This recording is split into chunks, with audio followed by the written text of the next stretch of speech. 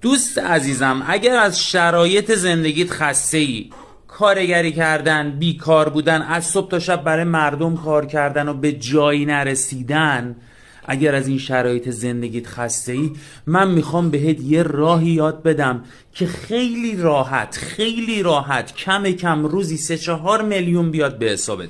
هیچ هزینه ای هم قرار نیست بکنی. هیچ. فکر نکن الان من اینا رو دارم میگم میخوام ازت هزینه بگیرم. نه، هیچ هزینه ای. مفتی هستش.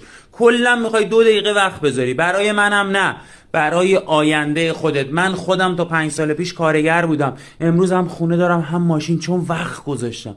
الانم وقت بذار برای خودت. از لینک تو بیو پیجم همین الان برو تو کانال تلگرامم، آموزش گذاشتم. آموزش الان ببینی فردا 2 میلیون میاد به حسابت. انقدر صریح و واضح دارم بهت میگم. حالا تو وقت نذار، نرو ببین. 2 دقیقه برای آیندت نرو وقت بذار.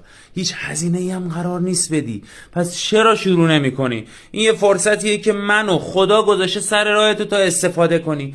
فقط قبل رفتنت حتما 2 تا قلب برای من زیر این پست بذار، بعد برو. مخلصتم هستم. ایشالله که مؤید و پرپول باشی. خداحافظ.